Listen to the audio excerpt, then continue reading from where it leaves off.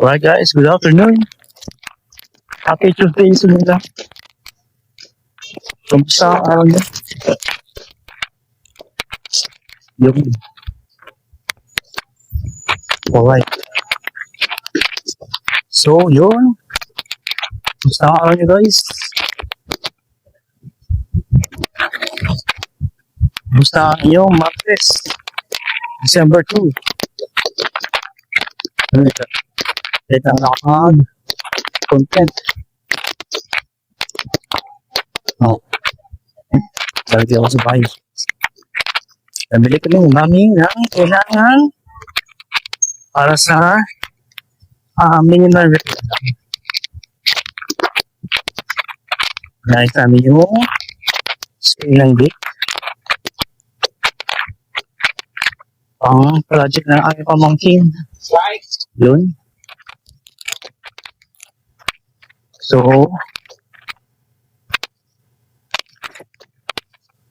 ayun. Kaya ulit ako nakapag walking habit. Time check. Alas 12 en punto. Hindi naman ano. Sikat ang araw. Ayun. Parang ano ba? Mild. Diba ng ayun. Medyo cloudy. Nag-aalo ang Nimbus clouds. Nimbus and cumulus clouds. Nimbus cumulus. Iba naman yung yun.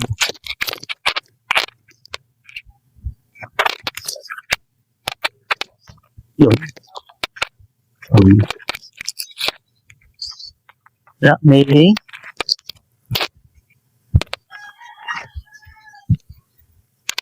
Kukuha na tayo ng ano.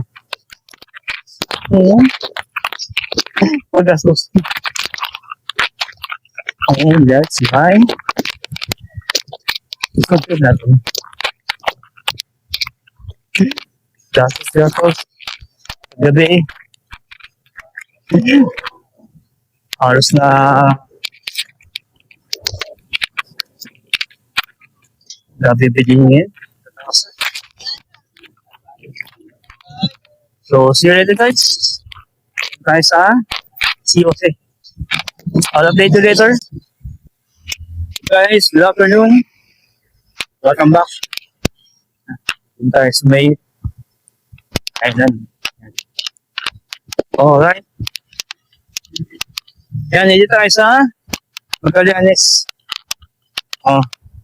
Magallanes Mini. Ito yung ano, madalas na pinag-joggingan ng mga step mata. Kami yung mga nag-jogging. Yung iba taga sa amin.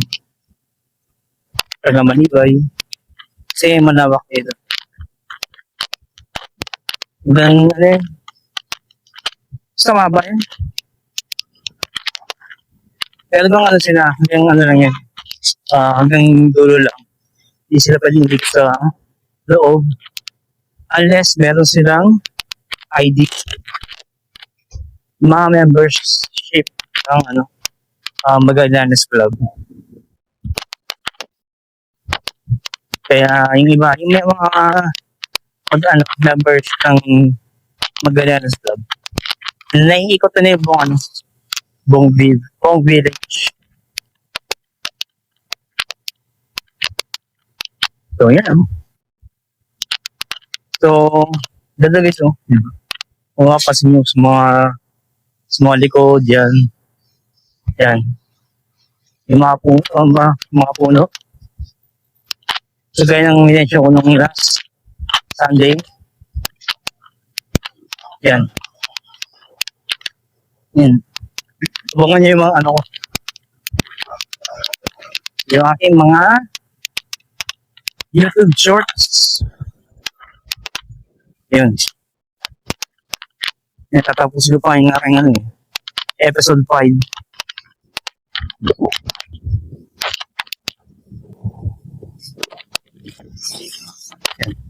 Ganun, no? Ganun ng mga puno. Alaga yung ano, yung mga puno dito. Dami yan, isang ano yan. Yung punong yan. Simula doon, hanggang doon pa yan, sa dulo. Alaga yan, ano, ng village. Tsaka yung ano nito, mga namamahal. So, yun. Oh. And going back to our main topic. Yun. Gastos. Well, talagang ganda yung buhay. Life of a breadwinner. Yun. So, wala na magagawa. Talagang ganda ng buhay. Ito tayo ng salapi para sa pangailangan. Hindi naman natin ginagamit sa ano eh. Sa sugal. Kasi ayoko talaga ng gano'n. Natamasa na namin yan sa daddy namin. Which is, sila si Pisa ngayon. Yeah, kung lang yung aking content na how I overcome my depression. Ilalagay ko lang dyan sa description. Advance pa. Yun. Tsaka na-mention ko na rin ko sa ibang sa ibang vlogs ko. So, ayoko nang pag-usapan rin. Lalo na ako na na-stress. So, yun nga. Going back to our topic. Gastos. Napapalaban tayo. Kahit na yung ating pinakatago-tago na para sa ating plano, wala, nagagamit natin. Kasi, yun nga, kailangan talaga eh. Kailangan niya mami ng ang maintenance eh. May isa na lang. Running out. Aray ko. Bulas.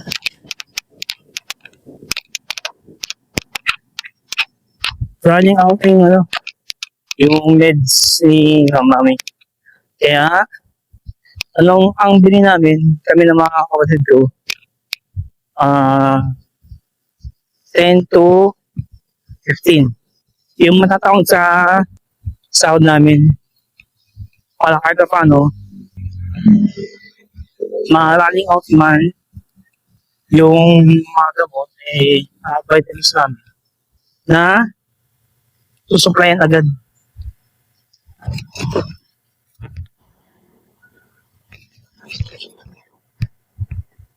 Sabi tayo guys. Ayan, haba niyan. Magandang dulo yan. Magandang dulo. Di mo sa parang kung sa doon sa may expressway, sa expressway, Asia Pacific College, yung gandun yun. Tapos, yan? Dead end siya, pero may paliko pa yan. Pinilik pa niya sa dulo. Which is, na yan,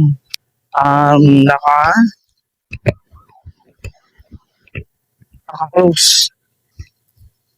I mean, yung, security, may gate, para makapasok sa loob. Which is yung, na-mention ko na, yung, Magallanes Club. Basta meron ko ng menu, baka dito sa loob. Pero depende sa ano, sa ano, sa policies. Hindi ko lang alam ngayon. Kasi, nagkain din kasi si daddy. Hindi siya di daddy. Nagbabike.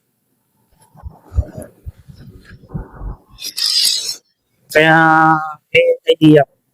Ewan ko lang ngayon na kung ano, kung meron pa rin. Although meron pa rin tawag ito. Yung patakaran, kung may bagong restriction. So anyway, going back again. Para masalo namin yung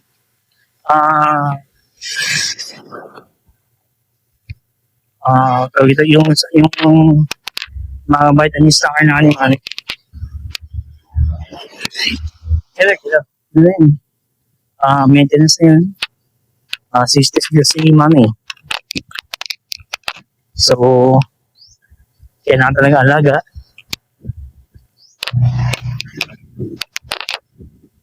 Alaga sa ni mami. Alam mo yan, pag mga seniors na, maraming sa health. Marami na monitor.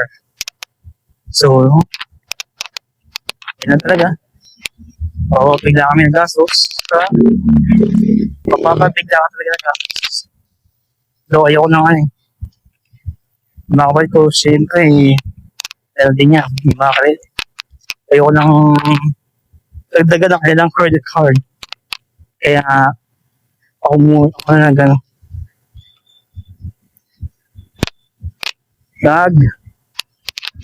Cash out ng mga bibiling medicines nila. Hindi lang yun Paggabi, pabili ako. Ang dalawang pera, 5,000. Pag uwi ko, nasa kuhan ko. Sinama ko rin yung medicines ko. Yung mga daily medicine pa sa uric acid, cholesterol, ganun.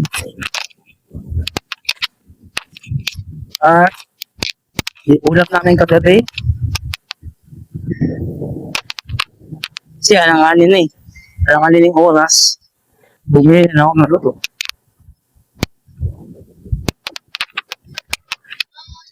Hanggang yun, bilis na ayabangan namin. Nakapipid kahit paano. Labo pa kanina tangali Yan na maganda siya. Sa breadwinner talaga notice talaga tayo. Kundi harapin ang mga bagay-bagay na hindi natin inasahan. Alis kahit pa paano, maganda naman yung situation.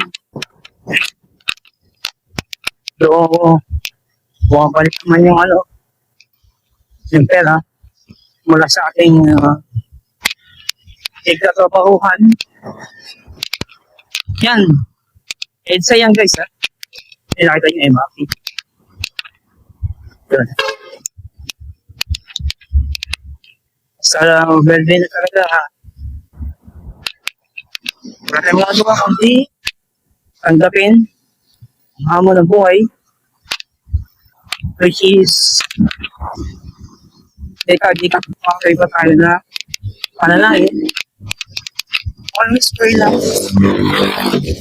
para mawala yung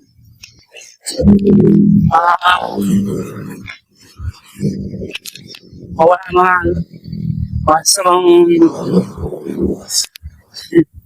masamang budget. Okay. Akin tayo sa EDSA.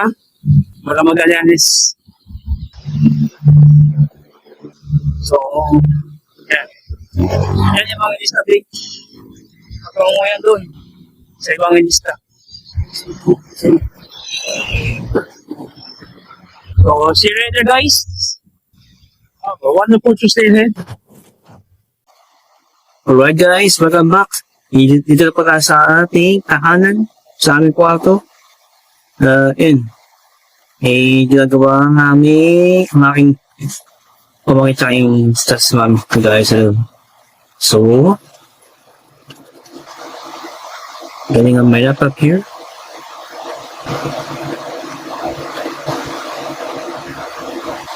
So, yun nga. Going back to our topic. Well, kung ganun talaga ang aming life eh. Hindi natin tawag dito. Hindi ko ma-predict kung ano talagang buti lang sa gamot at yung panginahan namin na pupunta.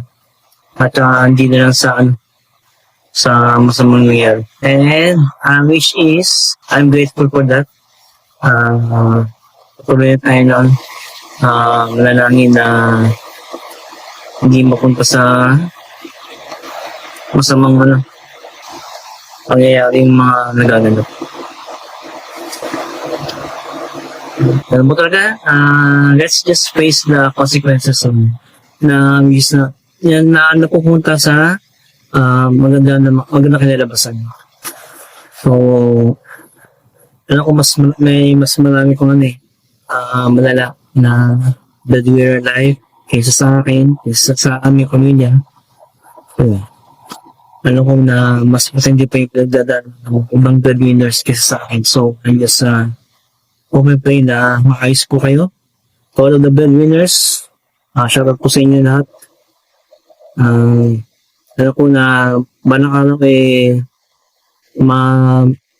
makakamtan din natin ang ating minimiti sa buhay. So, tiyaga lang tayo ngayon. At huwag tayong papadaig sa mga nangyayari sa paligid natin.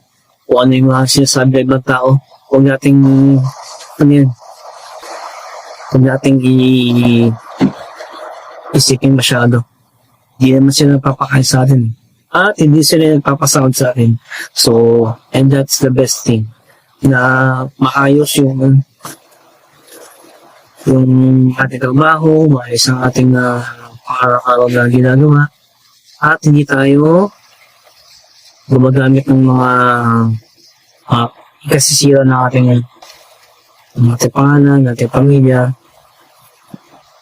Kaya nyo lang yung mga negative dyan na mag-comment sa wala sila pakailan.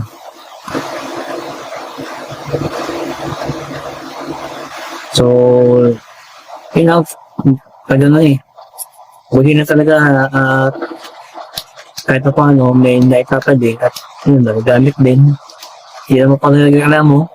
At least doon napupunta kaysa sa hindi inaasahang hindi magandang pangyayari. And I'm thankful for that. And just keep opening tayo na maalapasin natin ang bawat oras ng ating mga ginagawa. Just keep praying na guys. Malalampasan din natin ito. To all of the breadwinners, shout out to all of you. And God will protect us in all of the endeavors na sa ating pinata. So, that's it for the day guys. And mamaya papasok po ako. And for power of guys, please subscribe to my YouTube channel for more life updates and life experiences. So, maraming po salamat. More power to all of you. God bless po. I'll see you on the next one.